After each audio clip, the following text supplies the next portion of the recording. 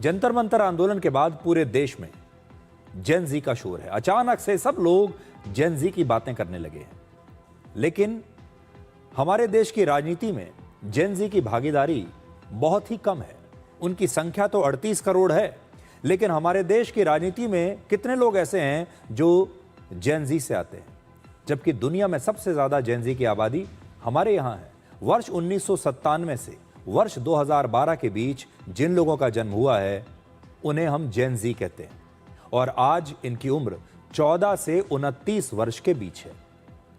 अब ये देखिए, इस समय हमारे देश में 14 से 29 वर्ष के बीच के लोगों की आबादी 38 करोड़ है, और ये देश की जनसंख्या की 26% हिस्सेदारी है। हमारे यहां 26% लोग जेन जी से हैं, 14 से 29 साल। आज जेन जी सिर्फ नौकरी नहीं कर रहे, बल्कि वो स्टार्टअप्स बना रहे हैं, अपना बिजनेस चला रहे हैं, नई नई टेक्नोलॉजी में नए नए आविष्कार कर रहे हैं, स्पोर्ट्स में आ रहे हैं, मीडिया में आ रहे हैं। जेन जी को आप हर जगह देखेंगे। जेन जी आर्टिस्ट हैं, जेन जी एक्टर्स हैं, जेन जी अपने स्टार्टअप कंपनी चला रहे हैं, बहुत जगह जेन जी हैं, हर जगह छाए हुए हैं जेन जी। लेकिन आज देश की संसद और हमारे देश में राज्यों में विधानसभाओं में जेन जी की हिस्सेदारी कितनी है? बहुत ही मामूली। इस समय लोकसभा में 540 सांसदों में से सिर्फ 6 सांसद जेन जी से आते हैं, सिर्फ 6।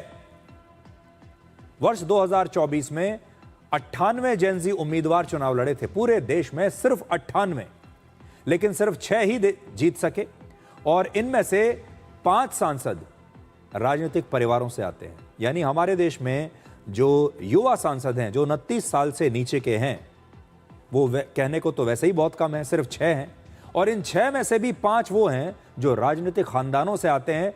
मतलब वो इसलिए हैं क्योंकि वो बड़े खानदान में पैदा हुए हैं और उनके माता या पिता ने उन्हें अपने दम पर सांसद बनाकर लोकसभा का चुनाव जितवाकर यहां भेज दिया है।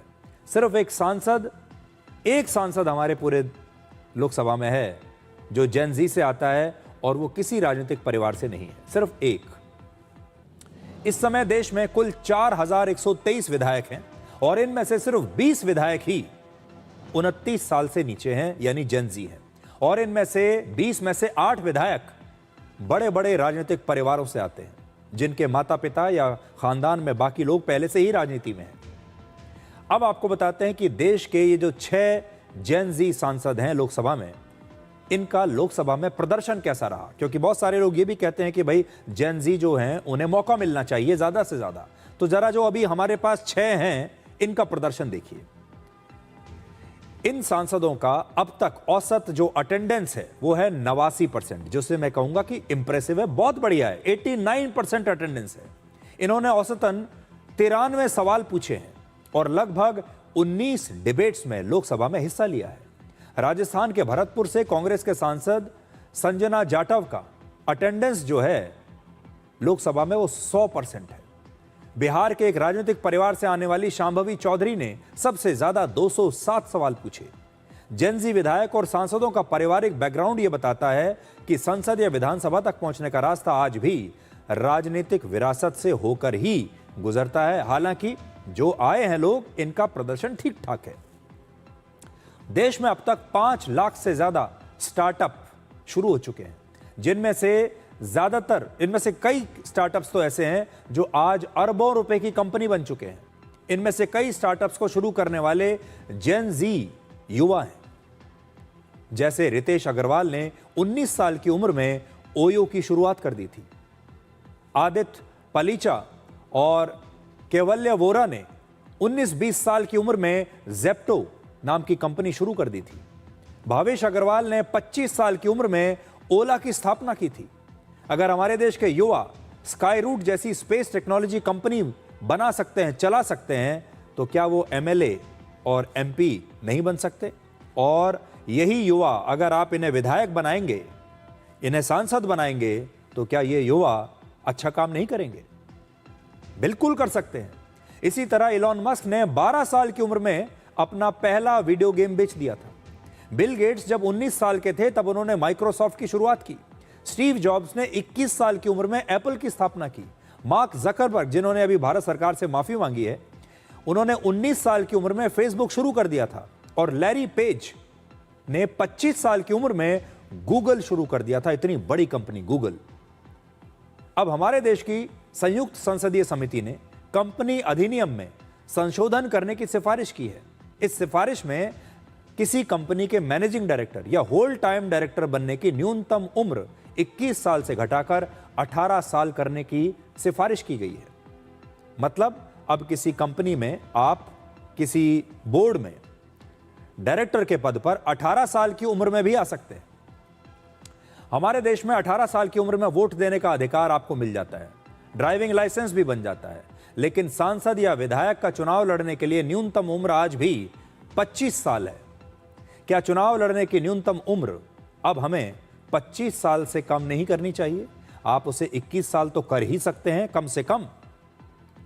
तो आज हम ये कहना चाहेंगे कि अगर जेन जी हमारे इतने प्रतिभाशाली हैं, इतना काम कर रहे हैं, तो हमें जेन जी की भागीदारी प्रशासन में बढ़ानी पड़ेगी। जहां हम नीतियां बनाते हैं वहां बढ़ानी पड़ेगी। जो लोग सरकार चला रहे हैं वहां बढ़ानी पड़ेगी। संसद में इनकी संख्या बढ़ानी पड़ेगी। और इसके लिए वो तब तक नहीं होगा जब तक न्यूनतम उम्र चुनाव लड़ने की 25 साल है, तब तक नहीं हो सकता। इसकी उम्र कम से कम 21 साल होनी चाहिए।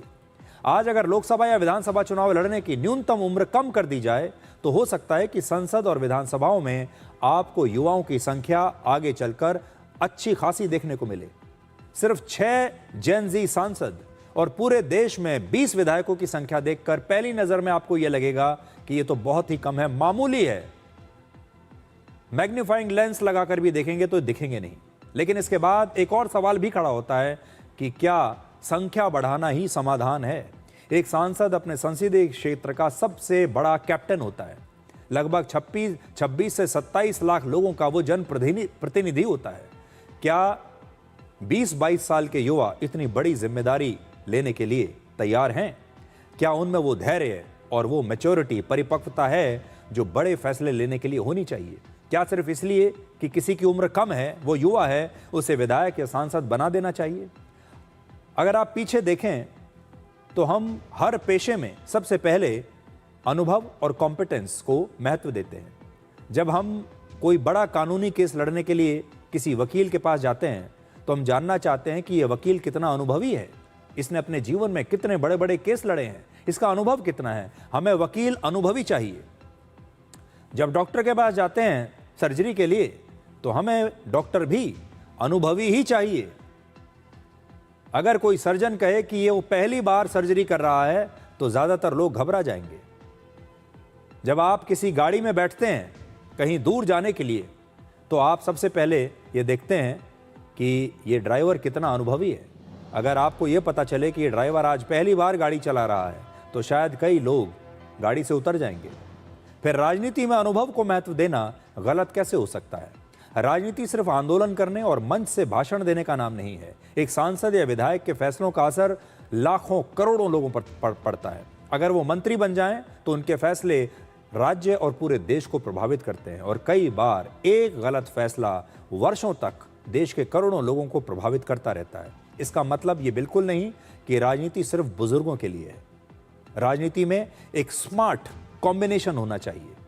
दुनिया के सबसे बड़े लोकतंत्र को युवा ऊर्जा और अनुभव दोनों की आवश्यकता है। हमारे देश में अगर आप खेल देखें, हमारी टीमें देखें तो वो इसका सबसे अच्छा उदाहरण है। कोई खिलाड़ी सीधे अंतर्राष्ट्रीय क्रिकेट नहीं खेलता, पहले स्कूल के लेवल पर खेलता है, फिर जिले के स्तर पर खेलता है। क्रिकेट में अगर आप देखें तो फिर रणजी ट्रॉफी खेलता है, घरेलू क्रिकेट खेलता है, फिर शायद कुछ दिनों के लिए आईपीएल खेलता है और फिर देश की टीम में आकर अंतर्राष्ट्रीय क्रिकेट खेलता है। वैभव सूर्यवंशी को भी आप देख सकते हैं। इससे खिलाड़ी की सही फैसला लेने की क्षमता और उसकी मानसिक परिपक्वता बढ़ती है। राजनीति में भी ऐसा होना चाहिए। आज युवा और अनुभव के बीच एक संतुलन होना चाहिए। याद रखिए, नेतृत्व एक यात्रा है, कोई शॉर्टकट नहीं है। देश को ऐसे नेताओं की जरूरत है जिनमें युवाओं का जोश और अनुभव की समझ दोनों हो, और तभी हमारा लोकतंत्र और मजबूत होगा। लेकिन इतना हम जरूर कह सकते हैं कि अनुभव की तो हमें जरूरत है, लेकिन हमारे देश में, हमारी राजनीति में युवाओं की अभी बहुत कमी है। इसलिए युवाओं का प्रतिनिधित्व हमें बढ़ाना पड़ेगा। जेन जी अगर हर जगह है तो फिर राजनीति में भी उनका वही प्रतिनिधित्व होना चाहिए और जेन जी के चुनाव लड़ने की जो उम्र है उसे हमें कम करना चाहिए।